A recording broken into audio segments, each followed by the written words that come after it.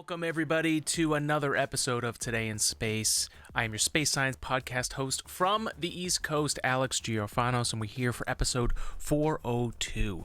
In an amazing turnaround in the past week, Crew 11 is now home. After an astronaut med alert, NASA pulled the team together, got the crew home within a week, and now that crew member, whoever they are, is getting the extra medical screening that they need that they weren't able to get on the space station.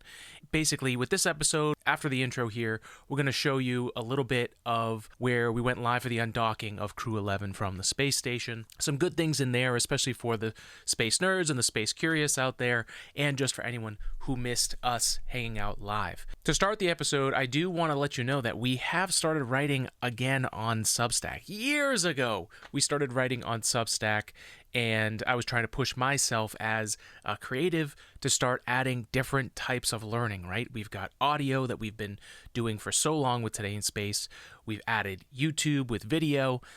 And the writing, well, to be completely frank, I went to engineering school partly to avoid writing papers in college because I hated English class that much that I actually went to a technical degree to avoid writing papers. And the great irony of that is I've actually written more as an engineer, and my path has led me to a point where now I'm writing a book for AG3D for 3D printing. So it's amazing how things turn around. But with all that writing I've been doing for the book with AG3D, I decided Substack was a perfect place for me to get my ideas down and out there. And it also helps me create content a little bit faster. And instead of having to do a whole video like this and put together all the extra copy and make sure that all the links are there and just everything else that comes along with producing a good show and good podcast, writing an article gets me there a lot quicker. So todayinspace.substack.com, that's where you can find us. We did our first post, our first article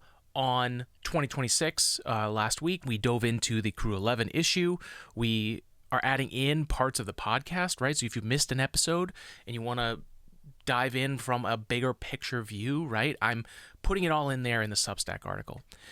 Today's article that I just put up there is A New Hope after Crew 11, with Artemis 2 coming up in only a few weeks, where we'll be sending the first astronauts back to the moon since Apollo 17. That Artemis 2 crew is getting ready. The rocket will be going out to the pad very soon. First week of February is when they're supposedly going to be launching this. So things are happening really fast. And we have this really amazing moment that's happening. And why I wrote the article, A New Hope, was just a little bit of optimism into the space community, because right now, there's something about good leadership that we seem to be getting from Jared Isaacman, that I'm seeing from the people working there, that I'm seeing from the people like myself who have been covering the space industry for a very long time. There's something intangible, undefinable about what Jared Isaacman is doing at NASA right now. To me, I mentioned this in the article, it very much feels like my Patriots with Coach Vrabel right now, where the team went after a terrible season and has turned around, and that is due majorly in part because of the leadership, because of the things that you can't really define when you're looking for a good leader, but as soon as you see it, you smell it, you hear it, you see it, like it's real, it's there, even though we might not know what it is. And I'm feeling that right now with NASA. So that article, go check that out. That's todayinspace.substack.com. We will be having a paid side of that subscription. So if you're into 3D printing and everything else that we're doing with AG3D, that's going to be a great place to subscribe. Substack is going to be one of those places on the paid side of things. $7 a month, $70 for the year.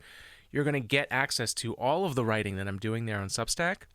We're writing about not only space exploration, but technology and 3D printing and AI, because part of the work that I'm doing behind the scenes that you guys haven't seen yet is I'm writing a book on 3D printing, but at the same time, I am using that as the basis to build my own AI for 3D printing. We will be testing that out in the lab here. There's going to be so much happening, and so our Substack is going to be a place where you're going to be able to get the behind the scenes access to all of that. So highly recommend going on Substack and following for free. That's right off the bat. You can follow for free. You'll get stuff from me every month anyways. But the paid side is going to be the next level for that. So something to look into. Our lab's going to be going up online live coming up here in the second quarter of the year. So, I can't stress enough how much is happening behind the scenes, even though we haven't talked about it yet. But I wanted you all to know, since you guys are the OGs of Today in Space, I just want to say thank you for everyone who has been following along, who joins us in the lives. It feels like we're building a community here, and it really feels awesome. It feels great to be talking to so many of you behind the scenes about what's happening, and we haven't even gotten into the exciting stuff for the year. Artemis 2 is right around the corner. I'm trying to get down to Florida for that. The ticket will be last minute. Let's put it that way. The trip will be last minute. I have a lot of jobs for AG3D for contract work that I'm trying to close here. So those need to happen before I can book any ticket for Artemis 2. And if Artemis 1 is any indication of where things might go for delays with Artemis 2, there's very easily hydrogen leaks that could happen that could slow down Artemis 2 from launching at the beginning, never mind any technical issues they may find as they put that rocket on the pad. So there's a lot of exciting things happening, not to mention many trips in this first quarter for me as well around the country. So trying to figure all of that out, but todayinspace.substack.com is the best place to go. If you want to help us with any of those missions to get out there, to get down to Florida, Substack is the easiest, best way to do it. Again, $7 a month for all the paid stuff that we're going to be putting out there, all the paid posts. You're going to get the podcast from Substack as well. If you're already not listening to us everywhere else, we are Apple Podcasts, Spotify, and YouTube. But just another way to basically give our take on all things space. But we'll also be talking technology, AI, and 3D printing. And more importantly, how to make sense of it as a human being without and not losing your humanity as we start getting more and more technology involved in our lives. I think that's something that's not really discussed as much, and now being someone who's building their own AI, I do feel compelled to talk about those types of things because it's at the top of my mind all the time. And even in the morals of how I'm building the AI, I want to make sure that the human on the other side using this AI is getting better along with the AI. So there's a lot behind that, and a lot we'll talk about on Substack, and that'll leak into episodes here. But if you want to hear more about that, please let us know. We're happy to do episodes on the podcast, but those kind of like thoughts and deeper things before they become full content are going to end up there on Substack. We're excited to hear from you. Thank you, everybody. Let's dive into these clips from the live undocking from the space station, where Crew 11, the 4 astronauts, returned back to Earth safely, and SpaceX, the underdogs of this whole thing, the underappreciated, undermentioned heroes of this are the people and the spacecraft that brought home that crew when they needed to get home for one of their crewmates to get better care. So, thank you for being here. Stay curious and spread love and spread science. We'll see you next time on Today in Space. Enjoy.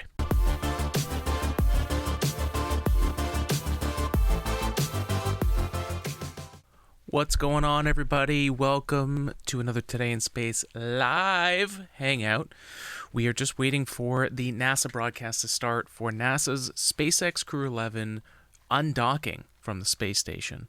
The crew has been working all week to prepare to bring all 4 astronauts, an international crew, 2 NASA astronauts, 1 JAXA astronaut, and 1 Russian astronaut will be returning home today. So we are looking forward to this. Really cool to see NASA make plans, address astronaut health issue pretty quickly. Tell us a little bit more about the background of, how fast they could actually bring somebody home. It was actually a really good week for NASA, given that they had an astronaut medical emergency on the space station. They reacted, the crew stabilized their crewmate, and now all 4 of them are coming home.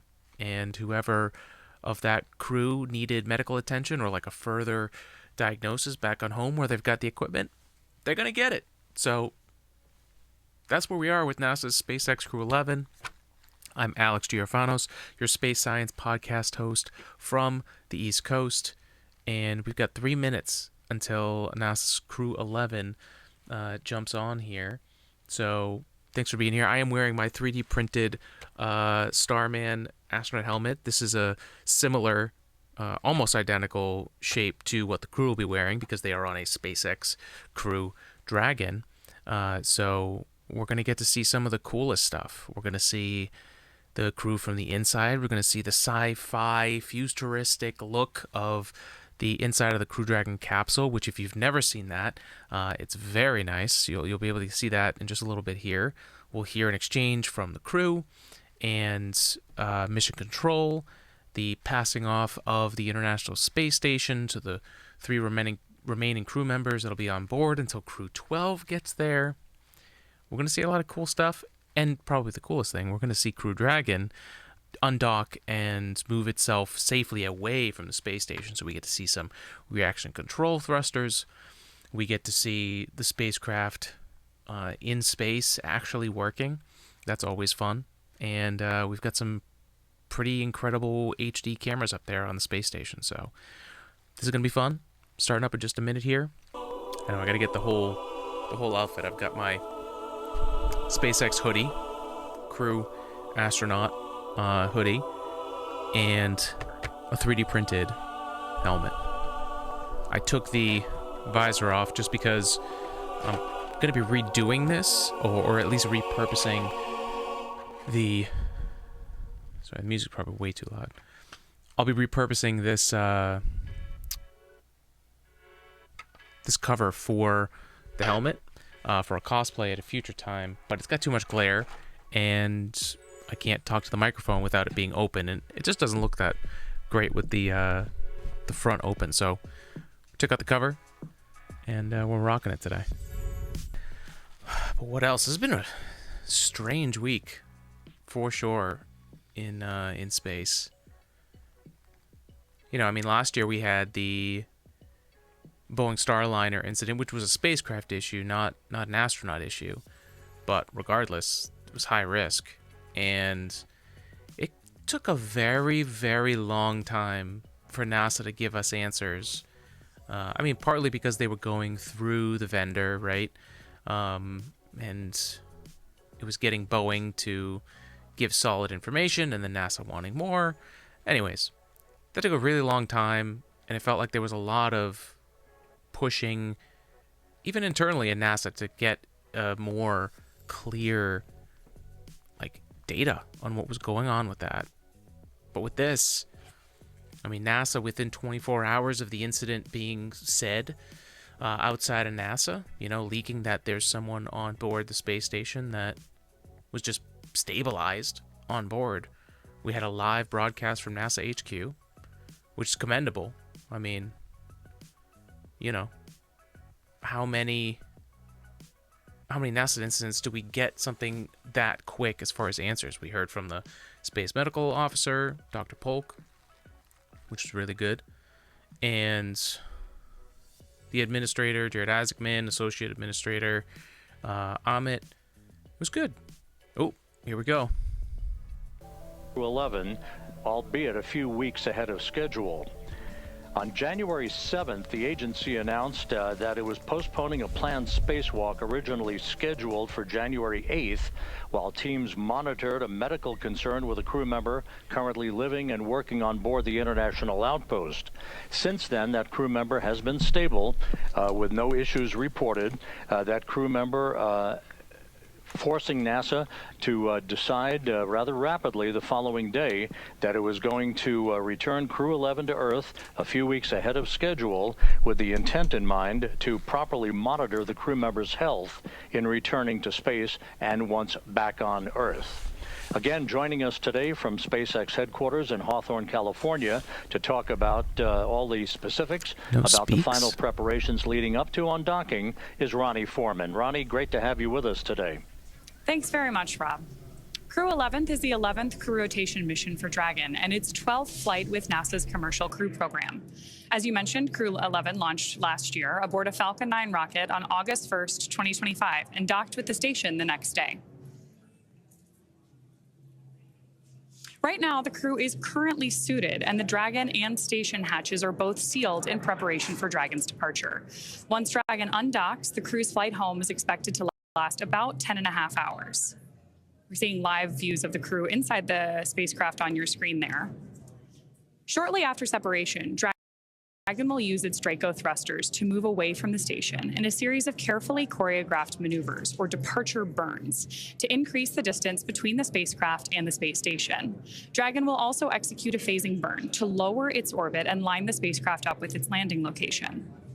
Following phasing, Dragon will complete deorbit, reentry, and splashdown.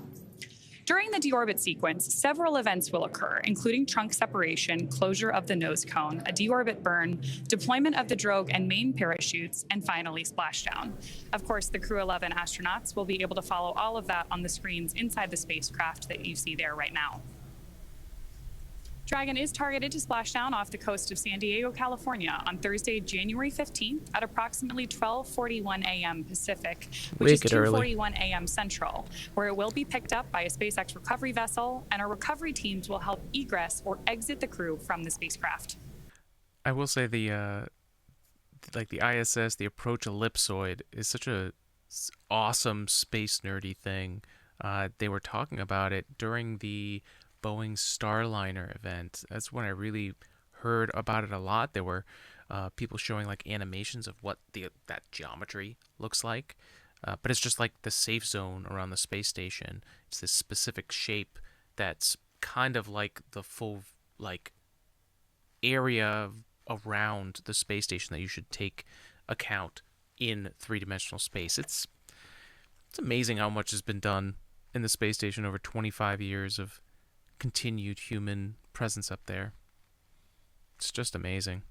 Now we're performing a real life like astronaut return mission for a medical emergency for the first time in 25 years.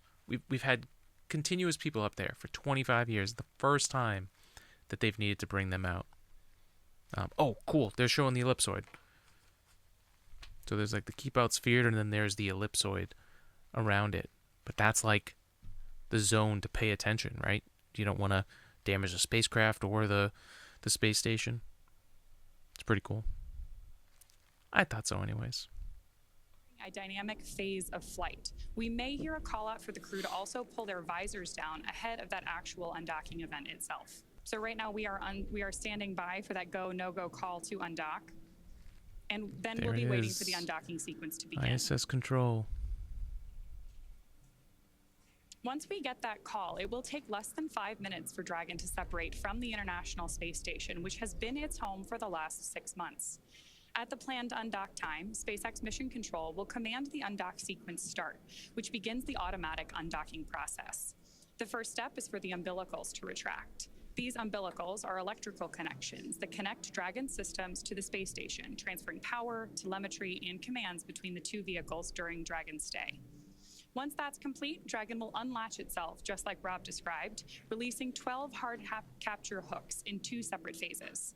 All that combined will take just about 4.5 minutes, and then Dragon will be ready to depart from station and begin to move itself further and further away using those Draco thrusters.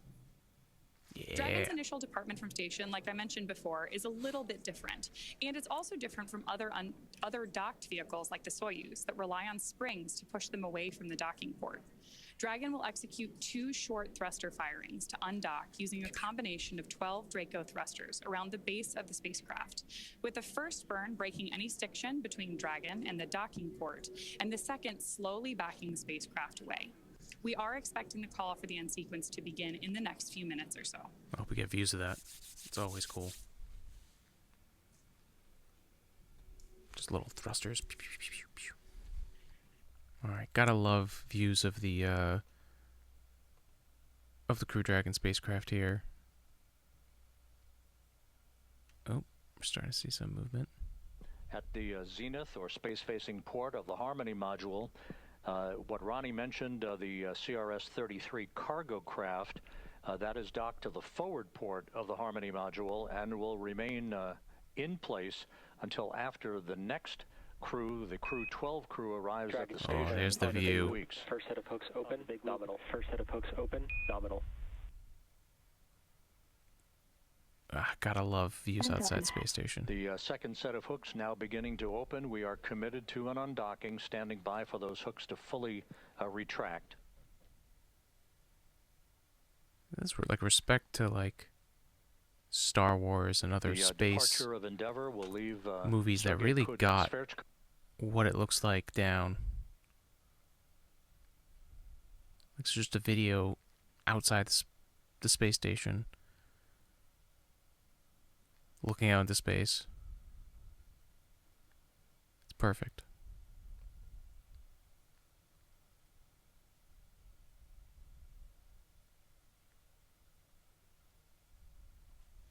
The interface between Dragon and the station has no longer been sealed.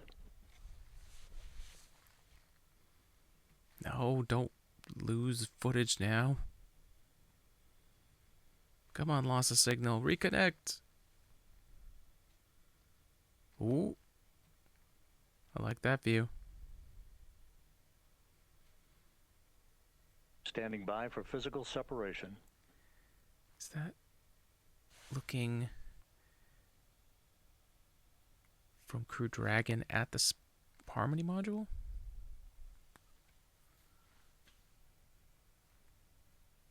At the dock?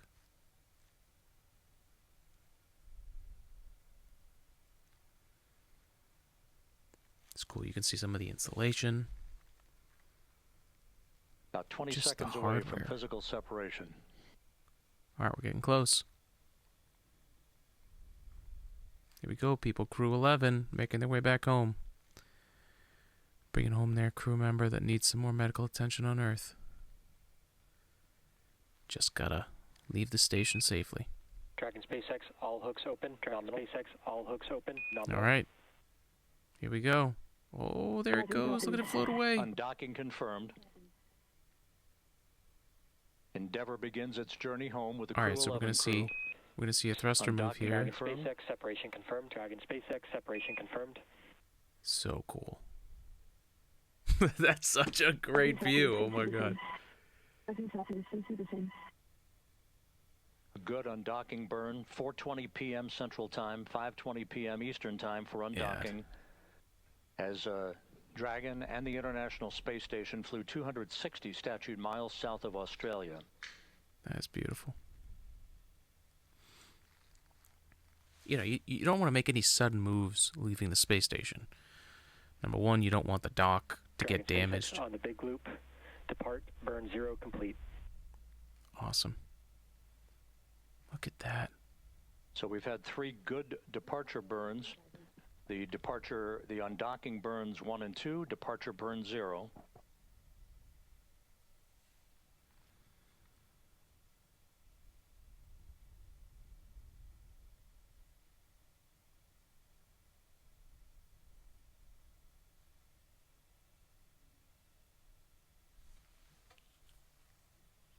So despite the accelerated nature of the timing of this undocking for Crew 11, the crew has executed everything by the book as they begin about a 10.5-hour journey Look at to a that. splashdown off the coast of San What Diego up, in space the wee station? hours Thursday morning.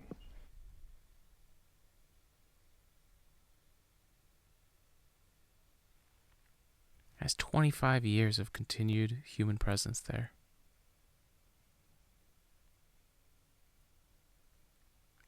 What up, Don? I love it too. Thrusters are enabled. I get it, Don. Houston copies. Space shuttle. That the voice of Chris Williams of NASA on board the station as we look inside Dragon over the shoulders of Zena Cardman and Mike Fink. Oh, that's awesome. No, I get it, Don. I mean, space shuttle. Those two incidents are, I mean, for a large reason why NASA's progress slowed down. You know, nobody wanted to see people, astronauts, heroes, people putting their lives on the line, to have to do that, to have to deal with that.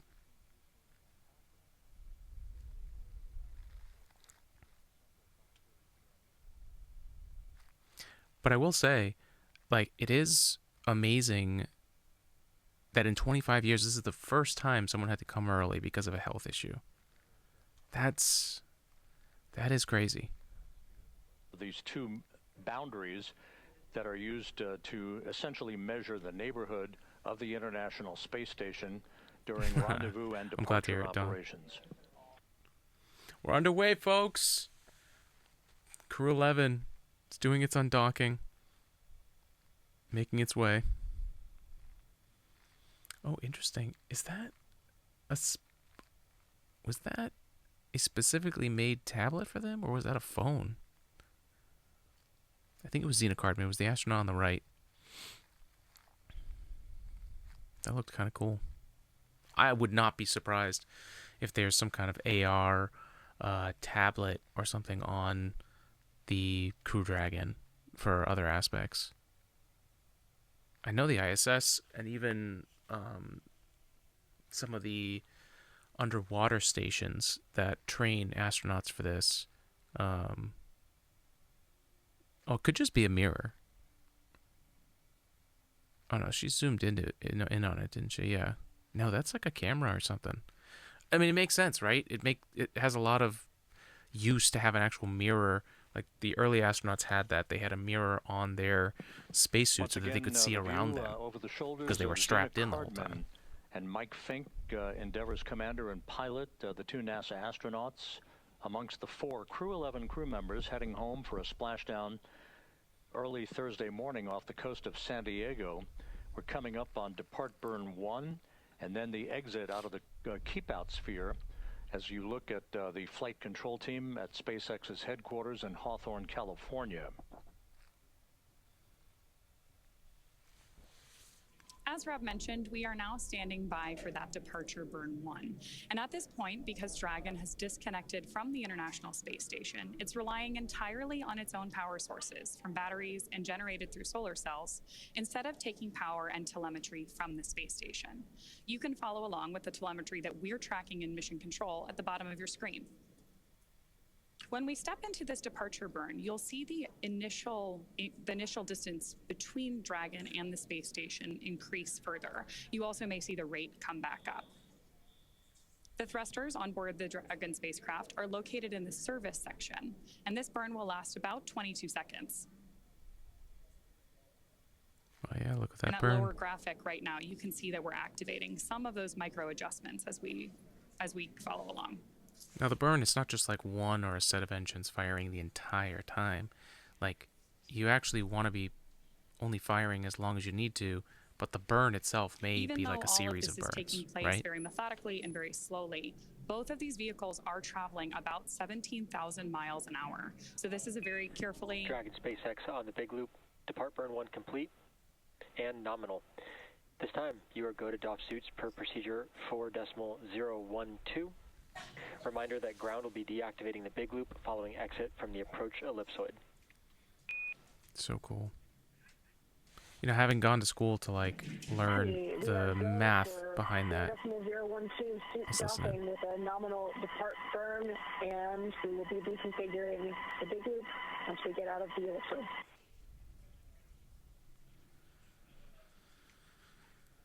So we got confirmation there from Mission Control and a read back from Dragon that they have exited this dynamic phase of flight and can now take off their spacesuits.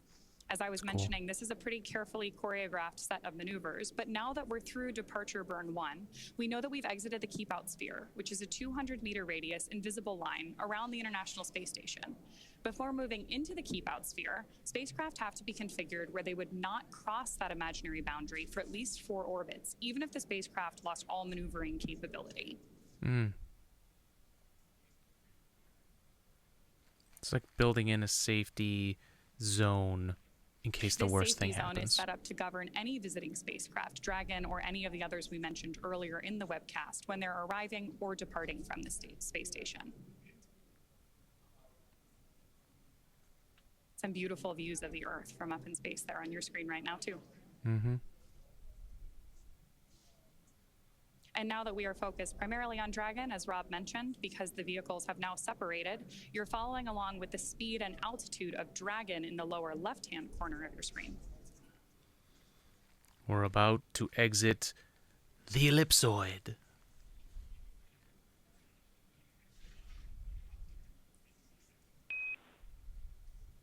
Dragon end station. This is Houston on the big loop.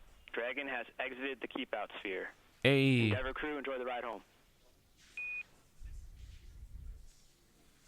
That's the first part, at least. Endeavour crew copies on the big loop. Thank you. Very cool. So there we heard confirmation from both teams again that we have exited that keep out sphere. And now we're waiting for Dragon to exit the approach ellipsoid, or AE for short, which is another imaginary shape. This time a three-dimensional ellipsoid, kind of a football shape, measuring 4 kilometers by 2 kilometers by 2 kilometers in the same family as that keep out sphere. One of the key differences with the AE, though, is that vehicles outside of it have to be on what we call a 24-hour safe free drift trajectory. Instead of the 4 orbits we mentioned earlier, that means that a spacecraft would not cross into the approach ellipsoid for at least 24 hours again, even if it lost all maneuvering for that call-out, once we hear confirmation that Dragon is outside of the AE. So to recap what brought us to today, the hatches between the International Space Station and Dragon were closed earlier today at approximately Check. Good drive on. Cabin mic. Com check. How do you read?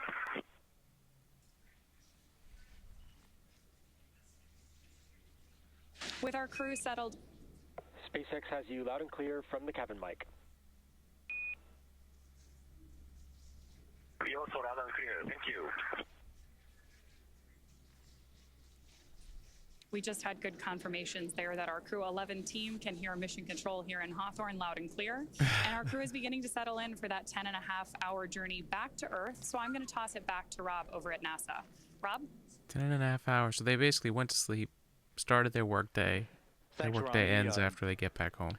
The 2 spacecraft, Endeavour and the International Space Station, are currently flying just to the southeast of New Zealand, moving from southwest to northeast in an orbit inclined 51.6 degrees to either side of the equator. The range between Endeavour and the station will continue to open up to a safe distance that will lead in the wee hours Thursday at 1:51 a.m. Central Time, 2:51 a.m. Eastern Time, to a deorbit burn that will be a 13-minute, 15-second retrograde braking maneuver for Endeavour to slow the vehicle down by 87.5 meters per second.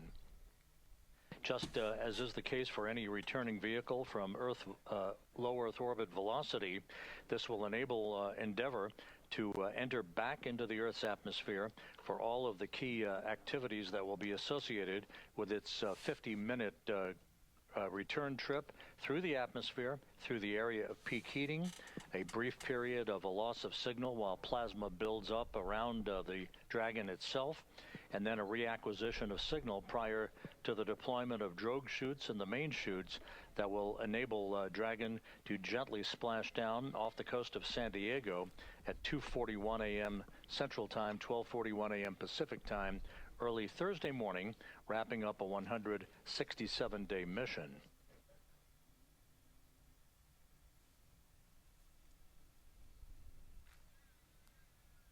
I love following along on the Crew Dragon thruster graphic in the bottom right there, next to the globe. It's just so awesome to see the spacecraft in action, like constantly adjusting, making sure it's on the right path, right orbital trajectory. Guidance, navigation, and control was definitely a difficult class because it's so dry, but it's so important. Once again, Crew 11 is on its way home a few weeks earlier than originally had been anticipated, but the crew is in good shape, ready for its arrival in the Pacific Ocean for a splashdown in the early morning hours on Thursday, where the SpaceX recovery team will quickly move into action to hoist the Dragon onto the well deck of the recovery ship and extract the crew, with their mission now having been completed. Everything has gone by the book. Endeavour in good shape. The International Space Station now crewed by 3 people, Chris Williams of NASA, Sergei Sverchkov, and Sergei Mikheyev of Roscosmos. They will be a 3-man crew for the next few weeks until the arrival of the Crew 12 crew on the next SpaceX Crew Dragon that will be launched from the Cape Canaveral Air Force Station. With that, we'll wrap it up from Mission Control here in Houston and go back to Ronnie Foreman at SpaceX headquarters in Hawthorne. Thanks, Rob Navius. You're a legend. Thanks so much, Rob. With that, Crew 11 has officially departed the International Space Station. It's amazing, folks. So the journey home has begun. 10.5 hours. The crew will be doing their adjustments, slowly getting out of this ellipsoid, the approach ellipsoid, so that they're safely away from the space station. And, then they'll start making their, deorbit so that they position their heat shield to re-enter the atmosphere correctly. And then there's going to be an ocean recovery tomorrow morning, 3:47 a.m. Eastern time. So it's going to be, I don't think we'll be live for that in the morning, but we will definitely keep you covered on that as things progress tomorrow. But we want to just come on here and just see that the undocking went well. And so far, it looks like things are going really well. So best of luck to Crew 11 on getting their way home as they prepare this whole workday to deorbit. Hello, Tracy Lee. How are you over on YouTube? Thank you for joining us. We are just... let's listen in. Crew 11 astronauts depart the International Space Station. And right now we're standing by for Dragon to exit the approach ellipsoid, or AE, which is an imaginary football shape that is about 4 kilometers by 2 kilometers by 2 kilometers in the same family as the Keep Out Sphere, and basically governs the neighborhood of the International Space Station. One of the key differences between the approach ellipsoid that you see on the outside on the graphic in your screen and the Keep Out Sphere, which is that smaller inner circle, is that vehicles inside of the AE right now, are where we are right now, are on what we call a 24-hour safe Glad to hear, Tracy. trajectory. That means that the spacecraft would not cross into the approach ellipsoid for at least 24 hours again, even if it lost all maneuvering.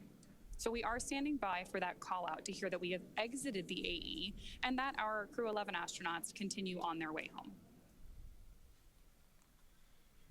Now, to recap, earlier today, the hatches between the International Space Station and Dragon were closed. Since then, the crew has settled in to begin their 10.5-hour journey back to Earth.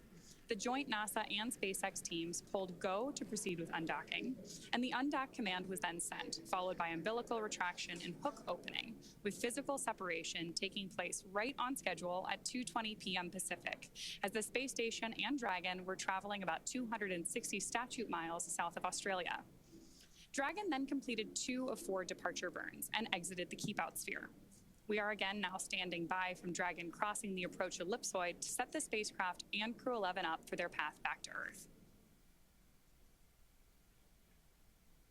On Splashdown tomorrow, we'll be marking the completion of a long-duration science and research mission for these 4 astronauts and the astronauts that were part of the broader expedition who are still on board the International Space Station.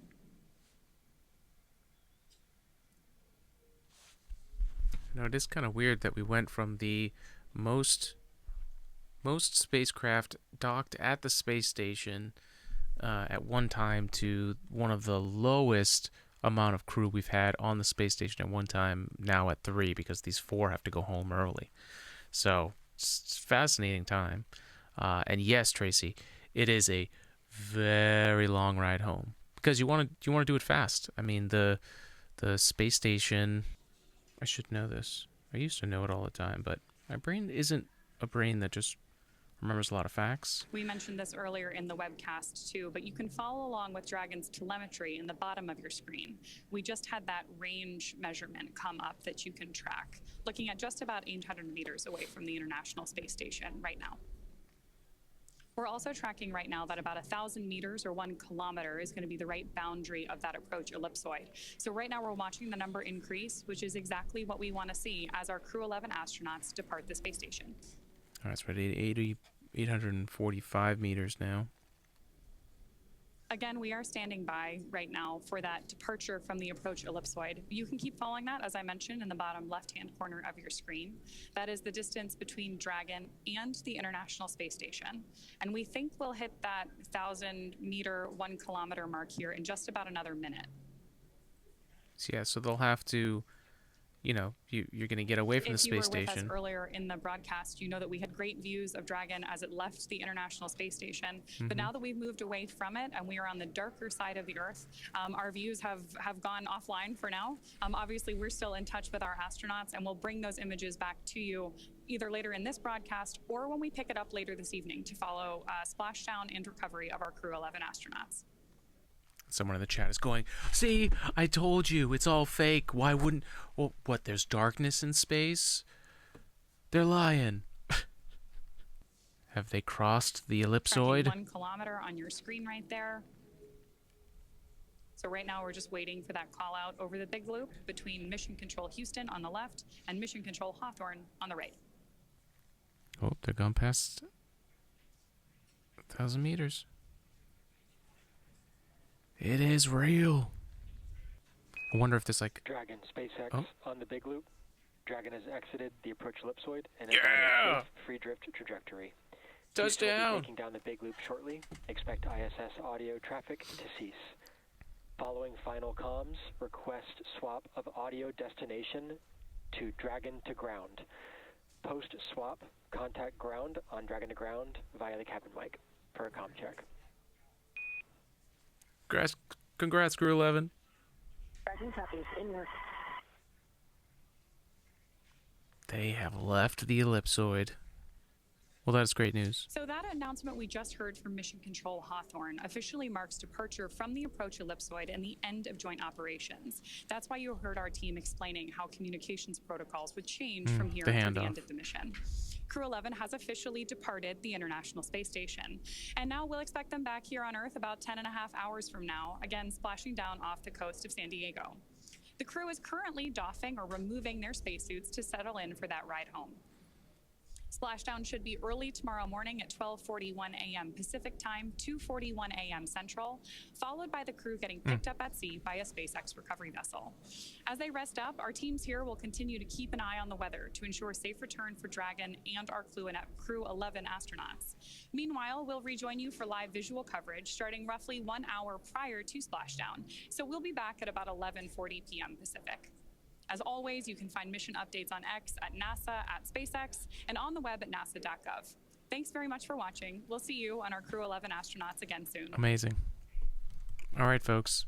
That ends the, at least our broadcast here of covering it. We wanted to see the undocking.